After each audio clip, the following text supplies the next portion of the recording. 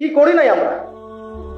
মূল কথা হচ্ছে আমরা ইসলামটাকে শুধু ব্যক্তি জীবনে ওই ইহুদি খ্রিস্টানদের মতো, ওরা যেমন গির্জায় প্যাগোডায় ধর্মকে সংশোধিত করেছে, ওই রকম আমরাও চেয়েছি যে ইসলামকে মসজিদের মধ্যে ঢুকায় তালা মেরে রেখে দেব, বাইরে ইসলামকে আমরা আসতে দিব না, তাই না?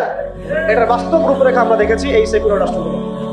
এখন যদি আমরা এগুলো থেকে কোনো শিক্ষা নিয়েই থাকি, তাহলে আমাদের আগে জানা উচিত যে ইসলামী রাষ্ট্র ব্যবস্থায় সুবিধা কি, অসুবিধাগুলো কি, এবং এখানে আমাদের ভূমিকাটা কি, নাকি আমরা আসলে চাই এভাবেই চলতে থাক।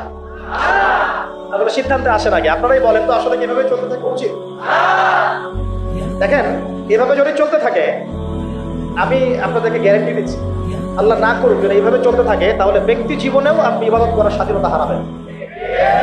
ইভেন আমরা তো আশঙ্কা করছিলাম যে কোন দিন জানি দাঁড়িয়ে রাখার নিষেধাজ্ঞা চালু হয়। আপনারা কি তুরস্কের ইতিহাস পড়েছিলেন?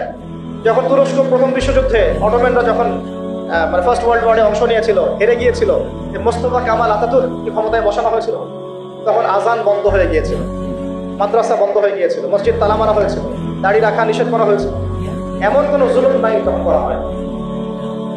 তো এভাবে যখন ইসলামকে রাজনৈতিক অঙ্গন থেকে সরিয়ে ফেলা হয়, তখন আস্তে আস্তে ইসলাম ব্যক্তি জীবন থেকে উঠে যায়, উঠিয়ে দেওয়া হয়।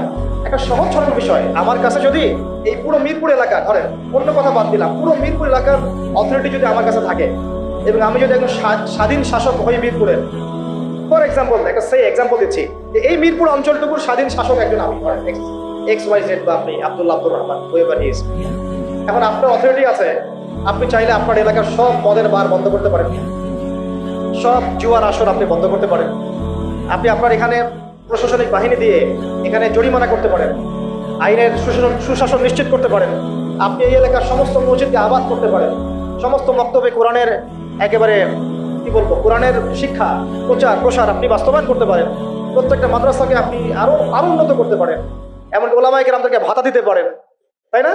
তাদেরকে আপনি উন্নত জীবন দিতে পারেন, তাদেরকে জুলুমের হাত থেকে বাঁচাতে পারেন। মানে এক কথায় এই এলাকায় আপনি আল্লাহ এবং তার রাসূলের বিধানকে বাস্তবায়ন করতে পারবেন, সমস্ত জুলুমের শেকড় উপরে ফেলতে পারবেন। কিন্তু যদি এই এলাকার শাসন ক্ষমতা আপনার হাতে না থাকে, আমি যদি একটা সাধারণ মানুষ হই, তাহলে আদৌ কি আপনি এগুলো করতে পারবেন?